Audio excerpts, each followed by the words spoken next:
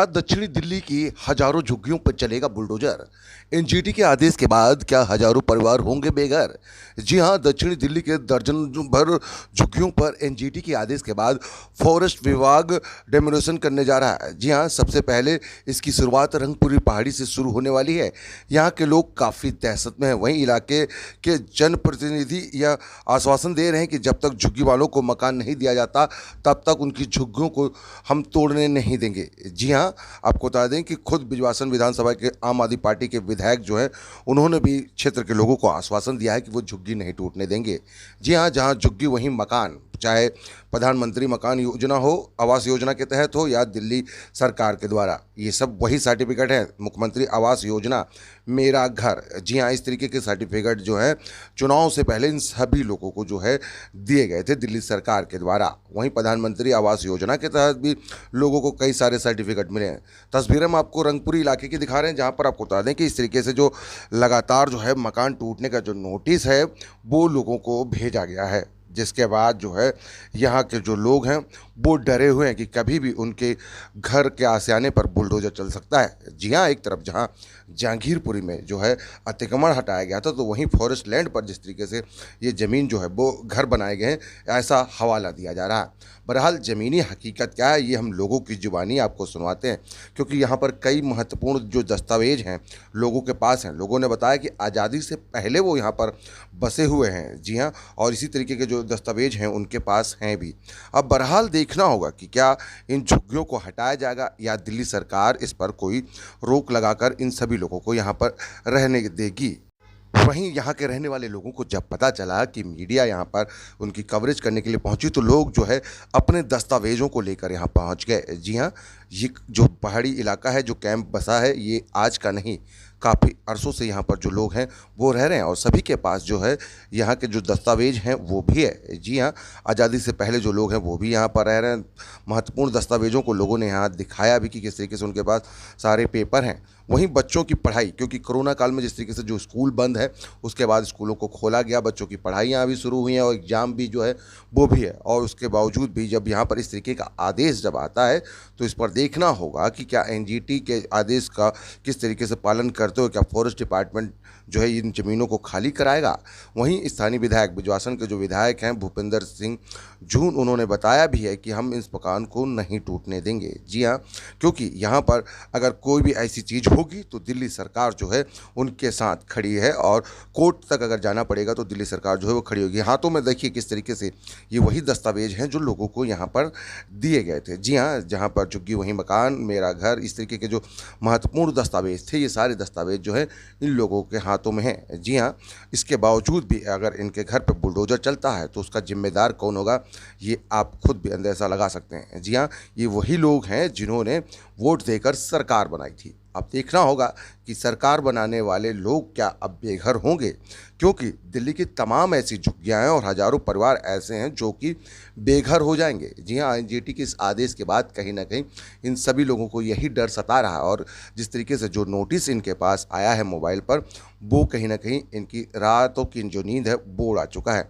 अब ये छोटे छोटे बच्चे जिनका भविष्य आप सोच सकते हैं कि किस तरीके से जुड़ा हुआ है। जी हाँ, ये यहीं पर रह रहे हैं और यहीं पर पढ़ लिख रहे हैं, लेकिन उसके बावजूद अगर इस तरीके से अगर इनके मकान जो है तोड़े जाते हैं तो ये कहाँ जाएंगे, ये देखना बेहद दिलचस्प होगा। वहीं दूसरी तरफ आपको बता दें कि जो नक्शा है, उस नक्शे में भी बहुत सारी चीज़ें हैं कि किस समय से ये जो पहाड़ी इलाका है वो बसा हुआ है और जो आदेश हैं अलग अलग तरीके से देखा जाए तो जो पेपर वर्क जो है वो भी यहाँ के लोगों ने किया। यहाँ के खुद जो लोग हैं, समय सिंह, जो यहाँ पर लगातार जो है सारे उन्होंने महत्वपूर्ण दस्तावेज दिखाए, उनके द्वारा ये दस्तावेज आप देखिए, जो नक्शा है वो भी दिखाया गया, कई सारे आदेश हैं वो भी दिखाए गए कि किस तरीके से लोग यहाँ पर रह सकते हैं, क्योंकि फॉरेस्ट विभाग की तरफ से जो बाउंड्री वॉल करनी थी वो हो चुकी है। उसके बाद ये लोग उस इलाके में रह रहे हैं जो कि फॉरेस्ट लैंड से अलग है, लेकिन उसके बावजूद भी इनके ऊपर कहीं ना कहीं तलवार जो है वो लटकी हुई है। जी हाँ, अब एनजीटी के आदेश का हवाला देते हुए फॉरेस्ट डिपार्टमेंट जो है इनके घरों को खाली कराना चाह रहा है।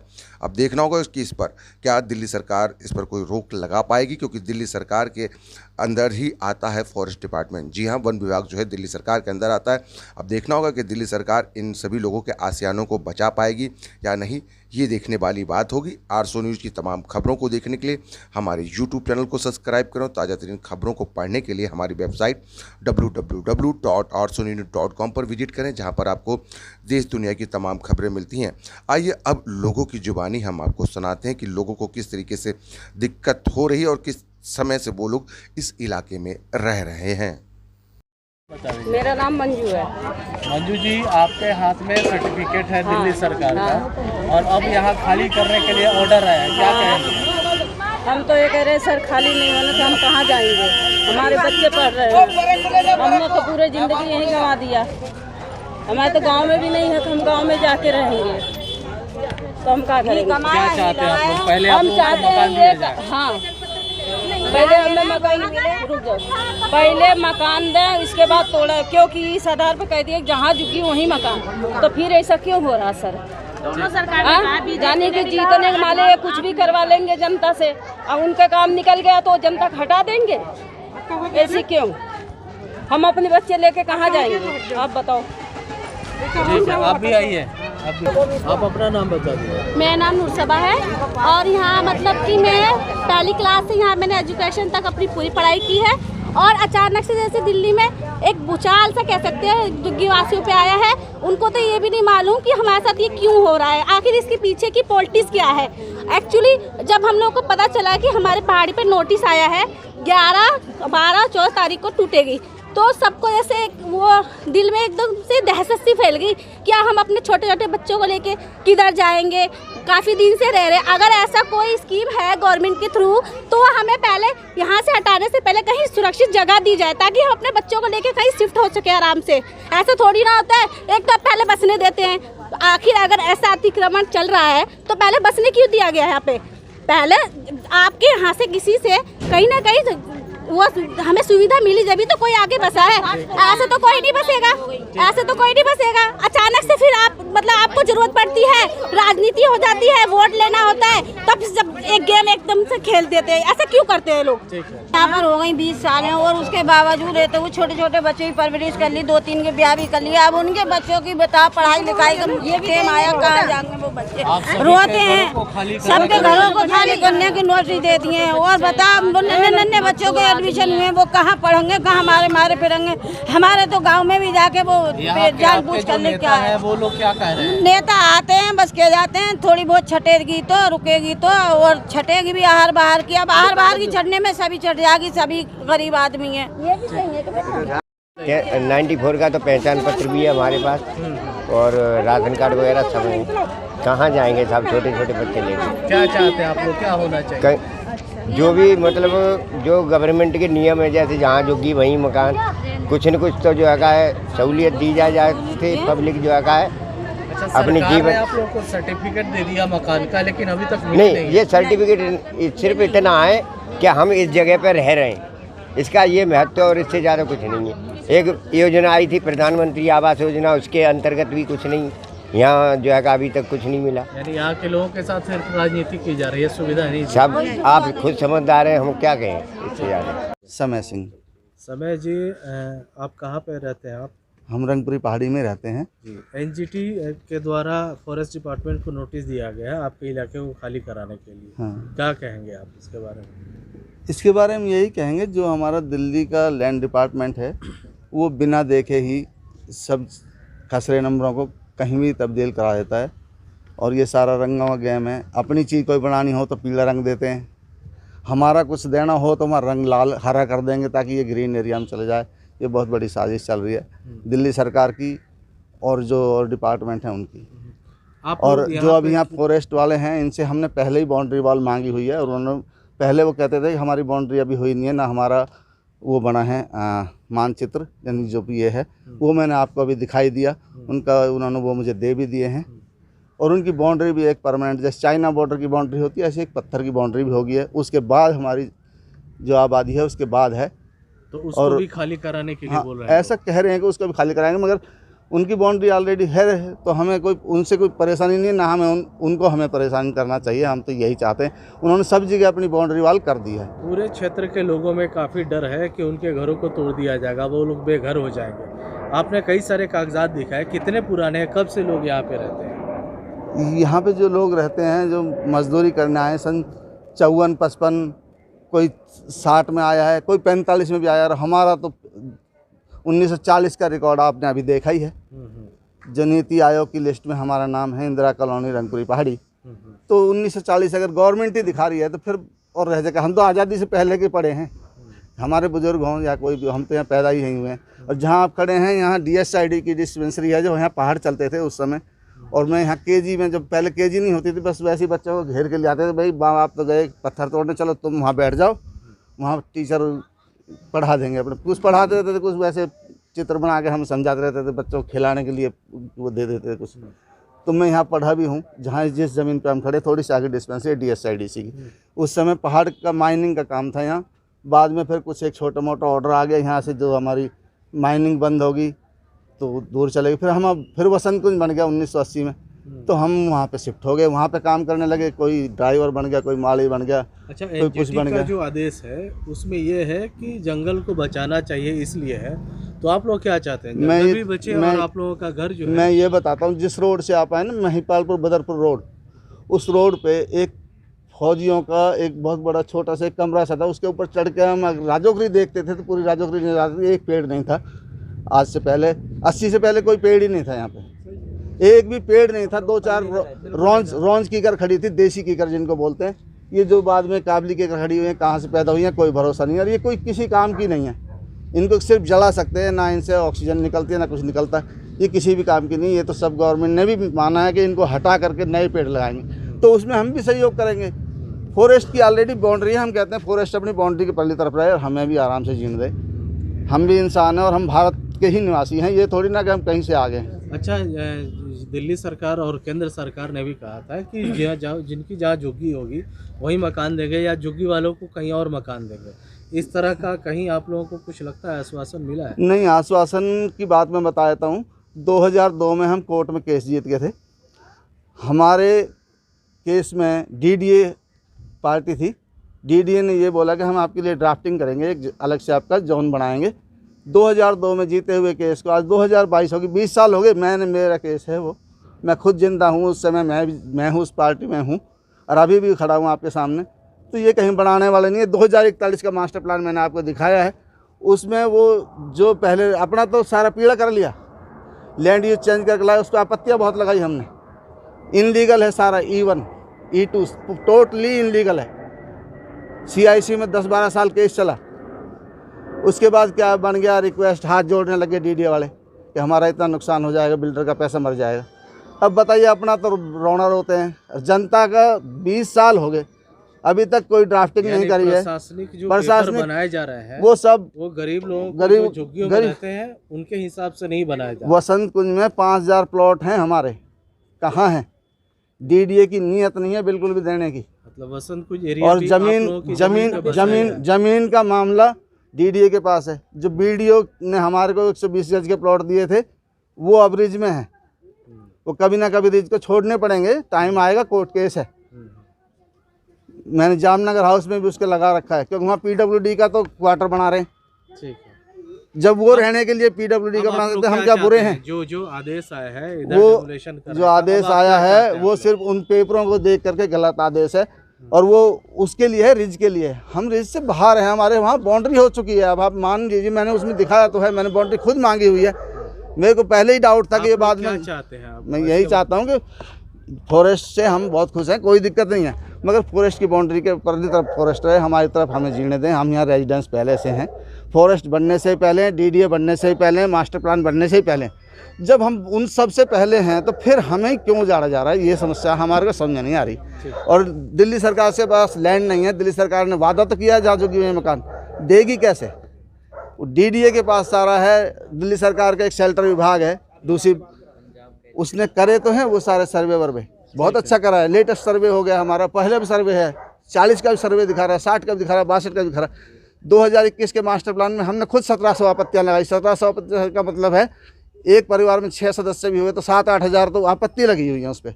वो 2021 भी ख़त्म हो गया, उसमें भी कोई प्रावधान नहीं करा। अब 2041 जो बनाया उसमें तो बिल्कुल साफ दिखा रखा है, ग्रीन कर दिया सारा और अपने सारे पीले कर लिए, हमारा खाली छोड़ रखा है। अगर दबाव पड़ेगा तो सफ़ेद जो कर रखा है उसको येलो कर सकते हैं, मगर नीयत नहीं है करने की, अपने आप करके नहीं दिया है।